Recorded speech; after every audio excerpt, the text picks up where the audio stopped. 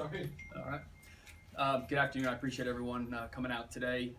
Just wanted to give an update on where we are at today with the investigation into the threat that was received via Twitter Sunday morning, threatening the lives of police officers across Central Texas, and the Austin Police Department being one of those departments that was specifically named in that threat.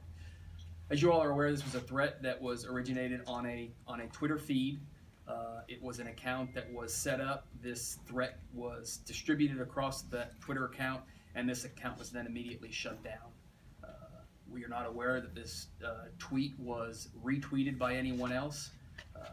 This incident has been investigated by the FBI along with the Austin Regional Intelligence Center and our own intelligence division. Although at this point we have no reason to give any validity to this threat, we are still taking this very seriously in the wake of the current climate of policing across this country, the tragic events that took place in Dallas this past week, and a lot of the rhetoric that's taking place on a national level. This threat was specific to several Central Texas police departments. For here in Austin, it threatened to shoot police officers on 6th Street this evening at 11 p.m. There were threats to other police departments in this region. This is similar to threats that occur across the country that have occurred since the Dallas massacre, and that in police work there are often threats made against officers' lives or departments. We saw here a couple years ago where the very building you're standing in was shot up by an individual standing right out front of where we are right now. So again, we recognize the threats that are faced in this profession. But in light of the events last week in Dallas, this was something that we obviously wanted to make sure we vetted as thoroughly as possible. Again, our review to this point has given no validity to this threat. However, we are taking it seriously. We have adjusted our staffing models for this weekend. We will have extra resources brought to bear so that we are ready in case there is anything to this. We'll not go into the specifics of what those would be. As you all are well aware, we don't discuss really our tactics or any changes in those areas because that would allow someone to overcome them. But again, we felt it was important that this information obviously be shared amongst the officers, even though at this point there's no reason to believe it's a credible threat, as well as the citizens, so that everyone's aware. There's no need to stay away from 6th Street this evening or any evening, and I would give the advice like I would on any other evening that individuals are going down to 6th Street, and that is be aware of your surroundings, stay in control of your faculties, be with other individuals, and be alert and have a good time.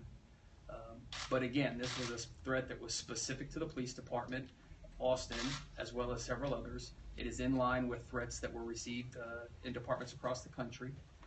And as we always do, whether it be in this heightened time of alert based on Dallas or other times of the year, we have groups that track these threats down, people that operate under the anonymity of social media or the perceived anonymity of social media should be aware that we do take each and every one of these very seriously, and we dedicate substantial resources to uncovering who may be behind it, because these are considered a crime, and we will prosecute if we identify the individual that is responsible for this specific tweet. So with that, the really only update at this point is that we have run this to ground to the best of our abilities, and at this point we have not found any reason to believe that this is a credible threat. However, we have changed our staffing models, as you all are aware. We will have extra resources available not only tonight, but over the course of the next several weeks as we work our way through this challenging time in policing. And with that, I will open it up for any questions. Chief, have you clarify for us one more time? Were you able to identify who made this tweet and where it came from? That is still being investigated. At this point, we have not narrowed it down to a specific individual. And even though it's not considered credible, next week is the Republican convention. This department has committed to sending officers up there in light of the emergency staffing situation. Are we still sending officers up to Cleveland?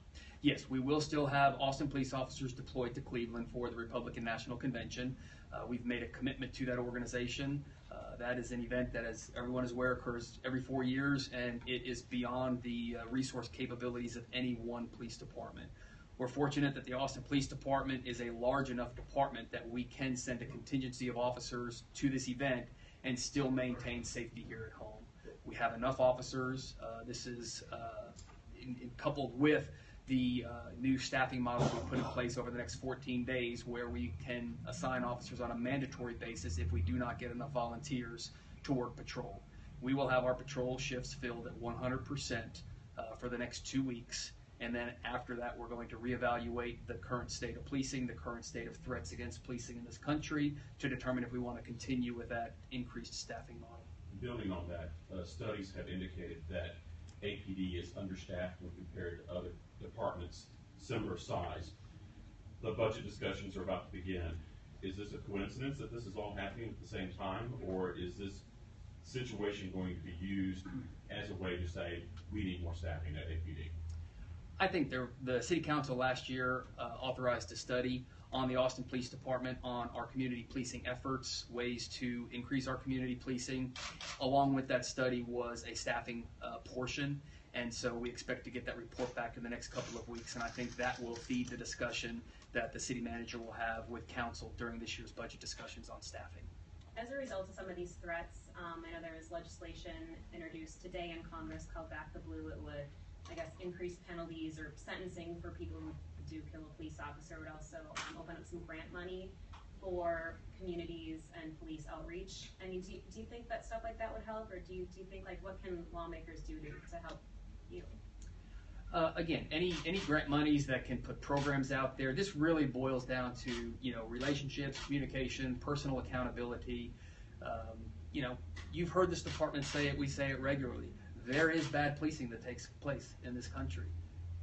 There are police officers that wear a badge and a uniform that shouldn't wear them, and it's incumbent upon police leaders to hold them accountable. And the same with community groups that are out there advocating for community rights. There is a respectful and appropriate way to do that, and we respect those groups' rights to do that. We help escort them through the city when they want to protest, and it really is just everyone following the established protocols, rules, and laws for that. You mentioned perceived anonymity of social media. Is Twitter management assisting in helping you track down who posted the tweet?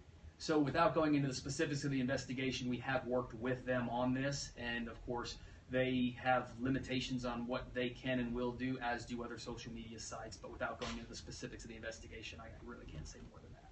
Chief, what would you say to folks who might want to carry a weapon with them downtown this weekend or any weekend in light of these threats that are being made?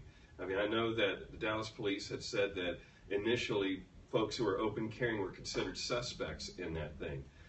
What do you say about that? Citizens here obviously have the right to open carry, and if that's what they so choose, then we don't discourage that. Again, this was one specific threat that was made, a very specific threat, and it would be very uncommon for someone to give you the exact time, date, and location if they were to be planning an incident like this. So I would tell folks there's no need to change your normal course of behavior. There's no need not to frequent the entertainment district. Again, just be aware of your surroundings, be in control of your faculties, don't be alone in secluded places, and enjoy yourself. Well, considering that the threat said 11 o'clock tonight, shouldn't people be concerned even though this individual hasn't been identified? Why are we so confident that this isn't credible? Sure. And it's a personal decision for each individual to make whether or not they want to come down to the district tonight. We will be staffed, we will have resources in place and technology in place and many avenues that we will be employing, but at the end of the day, it's a personal decision whether you want to take heed to this threat and avoid the area, or whether you want to understand that this was one isolated threat. Again, a threat that police departments across this country receive on a regular basis. We get threats, whether it be phone call threats, whether it be through social media. It's a lot easier to put threats out there in the day of social media because there's so many sites that you can use to do that. But again, we don't see any reason to be overly alarmed at this point, and just encourage folks to stay aware of your surroundings. And as you've heard us say repeatedly, and especially in this past week, if you see something, say something. If you see something that's out of place, if you feel like something's just, your sixth sense is popping up, your intuition is telling you something's wrong, flag down an officer, call 311 or call 911 based on what you think the threat is at that moment. Chief, so many times we see officers on 6th Street in pairs, but sometimes they're alone. Have you guys told them or advised them to travel in pairs or anything like that since the shootings in Dallas?